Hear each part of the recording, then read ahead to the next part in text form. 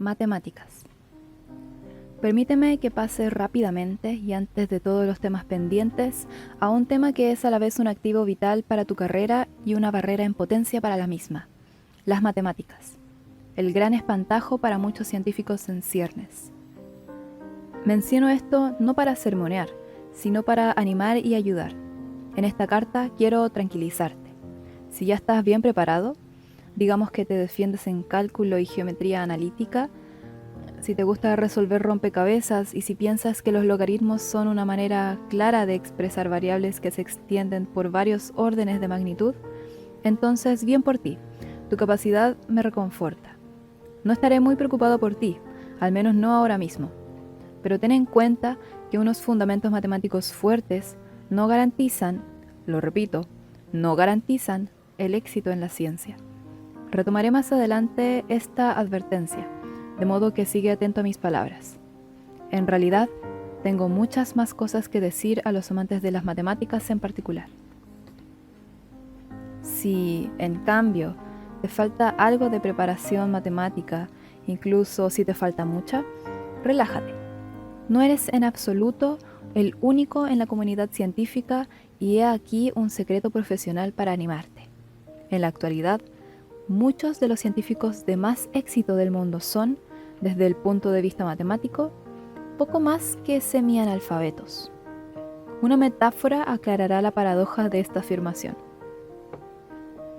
Mientras que los matemáticos de élite suelen actuar como unos arquitectos de la teoría en el ámbito en expansión de la ciencia, el resto de la gran mayoría de científicos básicos y aplicados cartografían el terreno, exploran la frontera, abren las sendas y construyen los primeros edificios a lo largo del camino. Definen los problemas que los matemáticos de vez en cuando pueden ayudar a resolver. Piensan básicamente en imágenes y hechos, y solo de manera marginal en las matemáticas. Puedes pensar que soy temerario, pero he tomado como costumbre dejar de lado el miedo a las matemáticas cuando hablo con candidatos a científicos. Durante las décadas en que enseñé biología en Harvard, observé con tristeza cómo estudiantes brillantes renunciaban a la posibilidad de una carrera científica, o incluso a cursos optativos de ciencias, debido a que temían fracasar en las matemáticas que les podrían exigir. ¿Por qué debería importarme esto?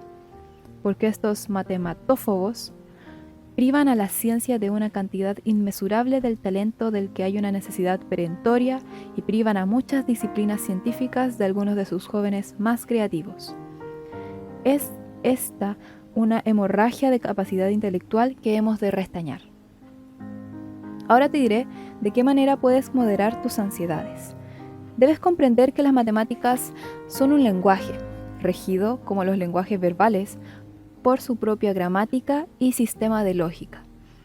Cualquier persona con una inteligencia cuantitativa promedio que haya aprendido a leer y a escribir matemáticas a un nivel elemental tendrá pocas dificultades en comprender la matelengua. Permíteme que te ofrezca un ejemplo de la interacción entre imágenes visuales y enunciados matemáticos sencillos. He elegido revelar los socalces de dos disciplinas de la biología relativamente avanzadas, la genética de poblaciones y la ecología de poblaciones. Considera este interesante hecho. Tienes, o tuviste, 2 padres, 4 abuelos, 8 bisabuelos y 16 tatarabuelos. En otras palabras, puesto que cada persona ha de tener 2 progenitores, el número de tus antepasados directos se duplica con cada generación. El resumen matemático es n igual a 2 elevado a x. El parámetro n es el número de antepasados de una persona x generaciones atrás en el tiempo. ¿Cuántos de tus antepasados había hace 10 generaciones? No tenemos que escribir cada generación cada vez. En cambio, puedes utilizar n es igual a 2 elevado a x o 2 elevado a 10, o escrito en el otro sentido, 2 elevado a 10 es igual a n. De modo que la respuesta es, cuando x es igual a 10 generaciones, tienes n igual a 1024 antepasados. Invierta ahora la flecha del tiempo hacia adelante y pregunta cuántos descendientes puedes esperar a tener dentro de 10 generaciones. Todo el asunto se hace mucho más complejo en el caso de los descendientes. No sabemos realmente cuántos hijos tendremos, pero para establecer la idea básica, es correcto especificar, de un modo que a menudo usan los matemáticos, que cada pareja tendrá 2 hijos que sobrevivan y que la duración de las generaciones será constante de una generación a la siguiente. 2 hijos de promedio no está lejos de la tasa real en Estados Unidos en la actualidad, y está cerca del número 2, 1 o 21 hijos por cada 10 parejas, que es necesario para mantener una población constante de nacidos en el país. Entonces, en 10 generaciones tendrás 1024 descendientes. ¿Y qué hemos de deducir de todo esto? Para empezar, esta es una imagen humillante del origen y del destino de los genes de una persona. El hecho es que la reproducción sexual reduce las combinaciones que prescriben las características de cada persona y recombina la mitad de ellas con los genes de alguna otra persona para constituir la generación siguiente. A lo largo de muy pocas generaciones, las combinaciones de cada progenitor se disolverán en el acervo genético de la población en su conjunto. Supón que tienes un antepasado distinguido que combatió en la Revolución Americana, durante la cual vivieron otros 250 aproximadamente de tus otros antepasados directos, entre los cuales posiblemente un ladrón de caballos, o 2 o 3.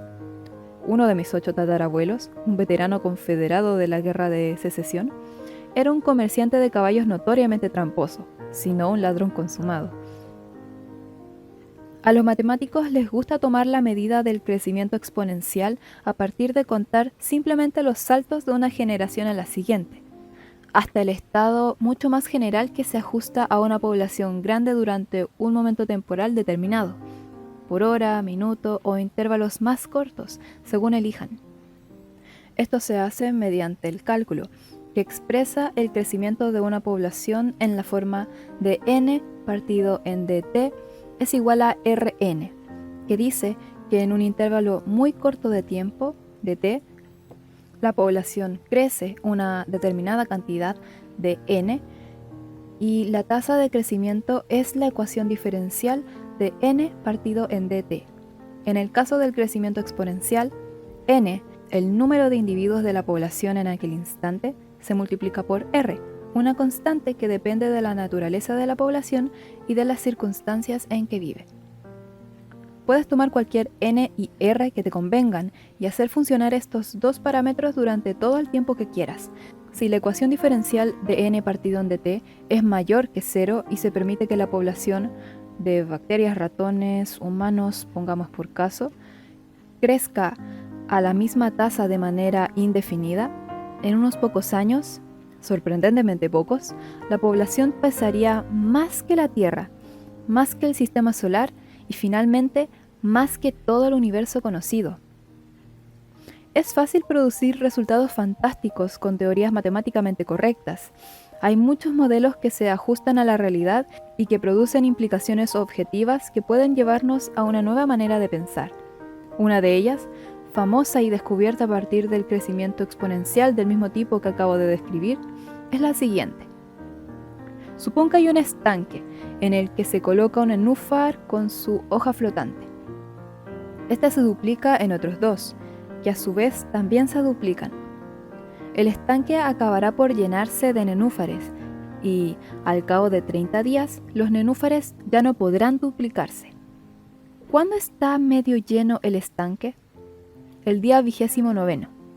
Esta pizca elemental de matemáticas, que es obvia si se relaciona con un poco de sentido común, es una de las muchas maneras de poner énfasis en los riesgos de un excesivo crecimiento demográfico.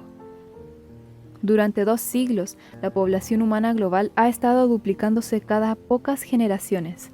La mayoría de los demógrafos y los economistas están de acuerdo en que una población global de más de 10.000 millones de personas haría muy difícil conseguir que el planeta fuera sostenible. Recientemente alcanzamos los 7 millones de habitantes. ¿Cuándo estaba medio llena la Tierra?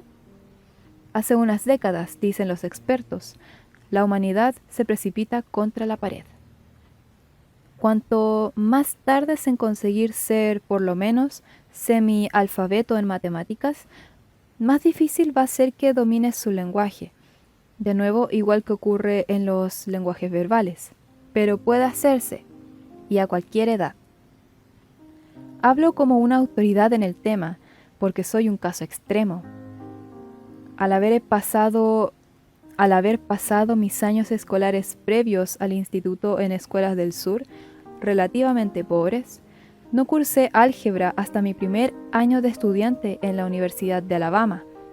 Puesto que mi periodo escolar se desarrolló al final de la depresión, no se ofrecía álgebra en los cursos.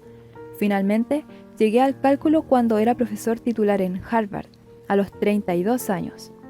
Compartía la clase, muy incómodo, con estudiantes universitarios que tenían solo algo más de la mitad de mi edad. Un par de ellos eran estudiantes en un curso de biología evolutiva que yo impartía. Me tragué el orgullo y aprendí cálculo. Debo admitir que no fui nada más que un alumno de aprobado mientras intentaba ponerme al día, pero me tranquilizó algo el descubrir que la capacidad matemática superior es similar a la fluidez a la hora de hablar idiomas extranjeros. Podría haber tenido más fluidez con más esfuerzo y sesiones de conversación con los nativos, pero al estar ocupado con la investigación de campo y de laboratorio, progresé solo un poco. Un talento real en matemáticas es probablemente en parte hereditario. Lo que esto significa es que la variación en el seno de un grupo en esta capacidad se debe en algún grado medible a medidas en los genes entre los miembros del grupo, y no enteramente solo al ambiente en el que crecieron. No hay nada que tú ni yo podamos hacer para influir en las diferencias hereditarias, pero es posible reducir mucho la parte de la variación debida al ambiente mediante el simple expediente de aumentar nuestra capacidad con educación y práctica. Las matemáticas son convenientes porque pueden conseguirse mediante autoaprendizaje. Habiendo llegado hasta aquí, creo que debo seguir un poco más allá y explicar cómo adquieren fluidez los que quieren alcanzarla. La práctica permite que operaciones elementales, tales como si y es igual a x más 2, entonces x es igual a y menos 2, se recuperen sin esfuerzo de la memoria, de manera muy parecida a como ocurre con palabras y frases, tales como se recuperen sin esfuerzo de la memoria. Después, de la misma manera en que las frases verbales se componen de forma casi inconsciente en frases y éstas se unen para formar párrafos, las operaciones matemáticas se pueden poner juntas fácilmente en secuencias y estructuras todavía más complejas. Desde luego, el razonamiento matemático es mucho más complejo. Ahí están, por ejemplo, el planteamiento y la demostración de teoremas, la exploración de series y la invención de nuevas modalidades de geometría. Pero dejando de lado estas aventuras de matemáticas puras y avanzadas, el lenguaje de los matemáticos puede aprenderse lo bastante bien para comprender la mayoría de presentaciones matemáticas que se hacen en las publicaciones científicas. Una fluidez matemática excepcional solo se requiere en unas pocas disciplinas. Se me ocurren ahora la física de partículas, la astrofísica y la teoría de la información. Sin embargo, mucho más importante para el resto de las ciencias y sus aplicaciones es la capacidad de formar conceptos, actividad durante la cual el investigador conjura imágenes y procesos en imágenes visuales mediante la intuición. Es algo que todos ya hacemos en un cierto grado. Imagínate que eres Isaac Newton, el gran físico del siglo XVIII. Piensa en un objeto que cae a través del espacio. Según la leyenda, Newton se sintió intrigado por una manzana que caía del árbol al suelo. Considera que el objeto cae de más arriba, como un bulto que se lanza desde un avión. El objeto acelera hasta llegar a los 200 km por hora y, después, mantiene esta velocidad hasta que impacta sobre el suelo. ¿Cómo puedes explicar esta aceleración hasta la velocidad terminal, pero no más allá? Por la ley del movimiento de Newton, más la existencia de la presión del aire, del mismo tipo del que propulsa un barco de vela. sigue haciendo el papel de Newton un poco más. Advierte, como él hizo, que la luz, al pasar a través de un cristal curvado, sale a veces del mismo como un arco iris de colores, que siempre van del rojo al amarillo y de este al verde, al azul y al violeta. Newton pensó que la luz blanca es solo una mezcla de las luces de los diferentes colores. Lo demostró haciendo pasar la misma gama de colores en sentido inverso, a través de un prisma, lo que transformó la mezcla de nuevo en luz blanca. Los científicos comprendieron más tarde, a partir de otros experimentos y de matemáticas, que los colores son radiaciones de distintas longitudes de onda. La radiación de onda más larga que somos capaces de ver crea la sensación de rojo y la más corta, el azul. Es probable que ya supieras todo esto. Fuera así o no, pasemos ahora a Darwin. Cuando era joven, en la década de 1830, realizó un viaje de 5 años a bordo de un buque del gobierno británico, el HMS Beagle, alrededor de la costa de Sudamérica. Pasó este largo periodo de tiempo explorando y pensando, amplia y profundamente, acerca del mundo natural. Por ejemplo, encontró muchos fósiles, algunos de ellos de grandes mamíferos extinguidos, similares a especies modernas, como caballos, tigres y rinocerontes, pero que diferían en muchos aspectos importantes de estos equivalentes modernos. ¿Acaso se trataba simplemente de víctimas del diluvio universal que Noé no pudo salvar?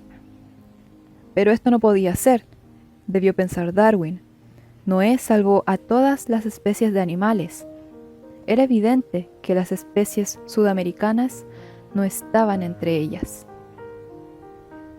A medida que el joven naturalista viajaba de una parte del continente a otra, se dio cuenta de algo más. Algunas especies de aves y otros animales vivos que se encontraban en una localidad eran sustituidas por especies muy parecidas, pero por otro lado, claramente diferentes. ¿Qué es lo que está ocurriendo aquí?, debió de pensar. Hoy en día sabemos qué es la evolución, pero esta respuesta no estaba a disposición del joven. Cualquier cosa que contradijera de manera tan directa las sagradas escrituras se consideraba herejía en Inglaterra, su hogar. Y Darwin había estudiado para sacerdote en la Universidad de Cambridge. Cuando finalmente aceptó la evolución, durante el viaje de regreso a su patria, pronto empezó a buscar la solución a la causa de la evolución. ¿Se trataba de la dirección divina? No era probable. La herencia de los cambios causados directamente por el ambiente, como había sugerido anteriormente el zoólogo francés Jean-Baptiste Lamarck. Otros habían rechazado ya esta teoría. ¿Y qué decir del cambio progresivo propio de la herencia de los organismos que ocurre de una generación a la siguiente? Esto era difícil de imaginar, y en cualquier caso, Darwin pensó rápidamente en otro proceso, la selección natural, en el que las variedades de una especie, aquellas que sobreviven durante más tiempo o se reproducen más, o ambas cosas, sustituyen a otras variedades menos exitosas de la misma especie. La idea y su lógica de soporte se le ocurrieron a Darwin fragmentariamente mientras paseaba por su casa rural, conduciendo un carruaje, o de manera clave mientras estaba sentado en su jardín y observaba un hormiguero. Darwin admitió más tarde que si no hubiera podido explicar de qué manera las hormigas obreras estériles transmitían su anatomía y comportamiento de obreras a las generaciones siguientes de hormigas obreras estériles, se habría visto obligado a abandonar su teoría de la evolución. Concibió la siguiente solución. Los rasgos de las obreras se transmiten a través de la reina madre. Las obreras tienen la misma herencia que la reina, pero son criadas en un ambiente diferente, embrutecedor.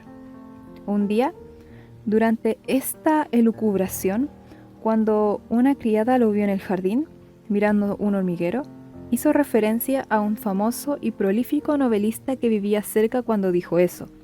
Está documentado.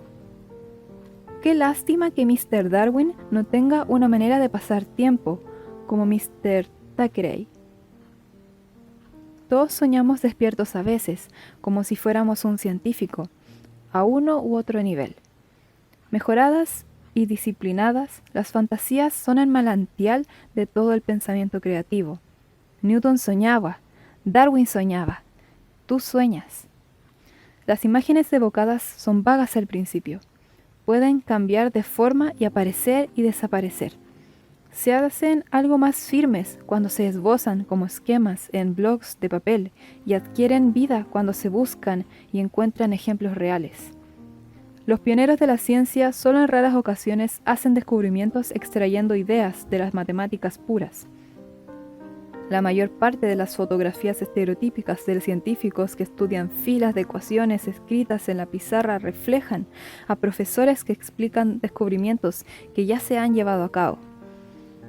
El progreso real se produce en el campo, escribiendo notas, en el despacho, en medio de un montón de papeles garabateados que cubren el suelo, en el pasillo mientras intentamos explicarle algo a un amigo, a la hora de almuerzo, comiendo solo o en un jardín mientras paseamos. Tener un momento de eureka requiere trabajar duro y centrarse. Un distinguido investigador me comentó una vez que un científico real es alguien que puede pensar sobre algún tema mientras está hablando con su esposa o esposo de otra cosa. Las ideas en la ciencia surgen más fácilmente cuando se estudia alguna parte del mundo por su propio interés. Son el resultado de un conocimiento cabal, bien organizado, de todo lo que se sabe o se puede imaginar de las entidades y procesos reales de aquel fragmento de existencia. Cuando se encuentra algo nuevo, los pasos siguientes requerirán, por lo general, el uso de métodos matemáticos y estadísticos con el fin de que su análisis avance. Si este paso resulta técnicamente demasiado difícil para la persona que hizo el descubrimiento, se puede añadir como colaborador a un matemático o un estadístico. En tanto que el investigador que ha escrito muchas publicaciones como coautor con matemáticos y estadísticos, puedo ofrecer con seguridad el siguiente principio. Llamémoslo el principio número 1. Es mucho más fácil para los científicos adquirir la colaboración necesaria de matemáticos y estadísticos que para los matemáticos y estadísticos encontrar científicos capaces de utilizar sus ecuaciones. Por ejemplo, cuando a finales de la década de 1970 colaboré con el matemático teórico George Oster para descubrir los principios de las castas y la división de trabajo en los insectos sociales. Yo proporcioné los detalles de lo que se había descubierto en la naturaleza y en el laboratorio. Después, Oster extrajo métodos de su variada caja de herramientas para crear teoremas e hipótesis referidas a este mundo real que tenía ante él. Sin esta información, Oster podría haber desarrollado una teoría general en términos abstractos que abarcara todas las permutaciones posibles de castas y división del trabajo en el universo, pero no habría habido manera de deducir qué opciones de toda esta multitud son las que existen en la Tierra. Este desequilibrio en el papel de la observación y de las matemáticas que se da especialmente en la biología, en la que con frecuencia los factores de un fenómeno de la vida real se comprenden mal o, para empezar, pasan desapercibidos. Los anales de la biología teórica están repletos de modelos matemáticos que o bien pueden ser ignorados sin problema, o bien, cuando se ponen a prueba, no funcionan. Posiblemente, no más del 10% de ellos tienen un valor duradero. Solo los que están conectados de manera sólida con el conocimiento de los sistemas vivos, reales, tienen muchas probabilidades de ser usados. Si tu nivel de competencia matemática es bajo, planea aumentarlo, pero, mientras tanto, debes saber que puedes desarrollar un trabajo notable con lo que tienes. Esto es especialmente cierto en campos que se basan mayoritariamente en la recolección de datos, entre los que se cuentan, por ejemplo, la taxonomía, la ecología, la biogeografía, la geología y la arqueología. Al mismo tiempo, Piénsatelo 2 veces si pretendes especializarte en campos que requieren una alternancia estrecha entre el experimento y el análisis cuantitativo. Estos incluyen la mayor parte de la física y de la química, así como algunas especialidades de la biología molecular. Aprende lo básico para mejorar tus conocimientos matemáticos sobre la marcha, pero si sigues teniendo problemas con las matemáticas, busca la felicidad en otro lugar, entre la extensa gama de especialidades científicas. Y, por el contrario, si los apaños y el análisis matemático te producen placer, pero no la acumulación de datos por su propio interés, apártate de la taxonomía y de las otras disciplinas más descriptivas que acabo de mencionar. Newton, por ejemplo, inventó el cálculo con el fin de proporcionar sustancia a su imaginación. Darwin, según contaba él mismo, tenía poca capacidad matemática, o ninguna, pero fue capaz, a partir de las masas de información que había acumulado, de concebir un proceso al que posteriormente se aplicaron las matemáticas. Un paso importante que tienes que dar es encontrar un tema acorde con tu nivel de competencia matemática y que además te interese enormemente y centrarte en él. Al hacerlo, ten presente el principio número 2. Para todo científico, ya sea investigador, tecnólogo o profesor, cualquiera que sea su competencia en matemáticas, existe una disciplina en la ciencia para la que dicho nivel de competencia en matemáticas es suficiente para alcanzar la excelencia. Esto es todo por ahora. Es uno de mis capítulos favoritos, espero que les haya gustado. Por otra parte, me disculpo por la inactividad, me pondré al día y traeré más lecturas. Quizás haga un video al respecto. Cuídense mucho, gracias por suscribirse al canal, hasta otra.